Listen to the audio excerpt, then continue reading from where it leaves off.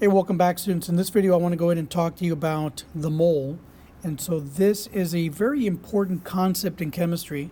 The mole is not that little rodent that crawls underneath the earth, but rather the mole here is going to be a very specific thing. And it refers to a quantity. It's a very specific quantity. And before we tell you about that quantity, let's talk about the individual who is largely credited with the mole, and that's going to be a gentleman by the name of Amadeo Avogadro. And Amadeo Avogadro, what he told us was that he was looking at the volume of gases and he was looking at the number of atoms that was associated with this. And so what he determined, Avogadro, was that for every 1 mole, or this quantity of mole, he found that this was going to be equal to 6.022 times 10 to the 23rd atoms. And largely now, whenever we refer to a mole, we're really referring to a very specific amount of a substance that contains exactly this many atoms, 6.022 times 10 to the 23rd. And so for us, generally, before we start getting into these problems, is essentially that. And so the way we write this is 1 mole, and this is going to be of any substance. And so it's very important that we write this. 1 mole of any substance is equal to a quantity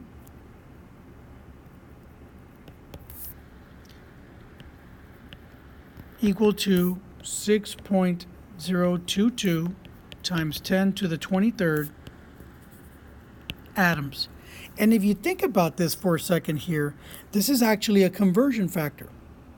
And so what we can do here is we can actually take this and we can actually start looking at this in terms of a conversion factor. So let me just move this over here just a little bit over to the side. And so here's the part that I want to focus on, this part right here. And if you look at this, we can write this as a conversion factor. Remember, conversion factors is going to be like a fraction. So if I take this fraction, here we're going to have a numerator up top, and we're going to have a denominator here at the bottom, denominator, for the bottom portion of the fraction. And this is the way it goes. So whatever you're looking for always tends to go in the numerator, but it doesn't matter. In this particular case, we can actually create 2 different types of conversion factors. And so let me just go ahead and do the following. We can put this part right here in the top, and we can put this one on the bottom. And if we do, what we wind up getting is the following. And so let me just write these over here to the side.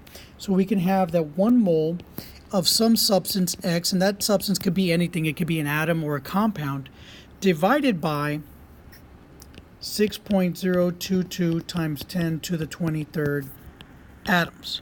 So this is one way that we can write a conversion factor based on the mole. The other way that we can do it would be the inverse of this, in which case we would write it by starting with 6.022 times 10 to the 23rd atoms, and we divide that by 1 mole of X.